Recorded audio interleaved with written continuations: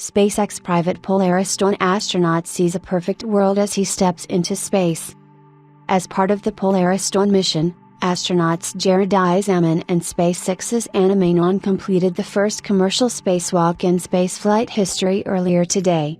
Isaacman and Manon took off from the Kennedy Space Center in Florida earlier this week, after which they became the first crew to reach an altitude of 1,408 kilometers since the Gemini program and the farthest humans from space since NASA's Apollo moon missions of the 1970s. Before and since then, the astronauts were acclimatizing themselves to the harsh environment of space in order to prepare for today's spacewalk as part of what SpaceX calls a pre-breathe protocol. SpaceX's Crew Dragon lets private astronauts conduct first spacewalk in human history. Not only did the Polaris crew become the first private crew to conduct a spacewalk, but in the process, SpaceX's Crew Dragon also became the first privately developed and operated ship in history to have done so. Since the Crew Dragon has been designed primarily to send astronauts to the International Space Station, ISS, the ship is not designed to operate in a vacuum.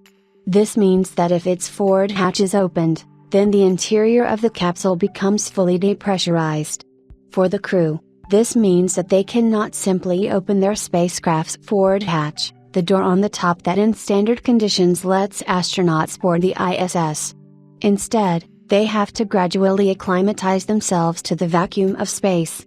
For Polaris Dawn, this meant that the 4 crew members had to start a pre-breathing process to reduce nitrogen levels in their body and ensuring that the pressure surrounding them drops gradually.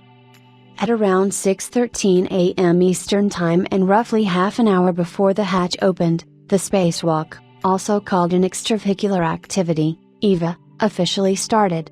While intuitively, an EVA implies that the crew has to exit the ship, the formal definition is when the pressure inside the spacecraft has sufficiently been reduced to mimic the conditions in space.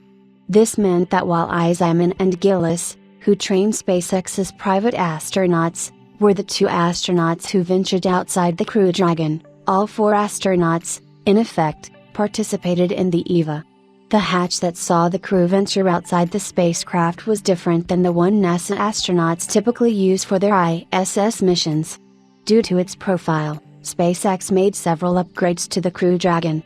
Along with the ISS docking port on the ship being replaced with a ladder, the forward hatch was also motorized along with additional equipment for the mission's nitrogen and oxygen needs.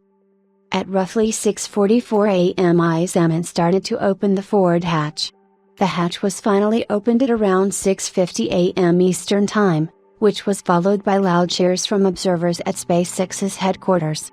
As he became the first private astronaut to venture out of a spacecraft into the vacuum of space, Isaacman marked the occasion by stating, "SpaceX, back at home, we have a lot of work to do. But from here, it sure looks like a perfect world."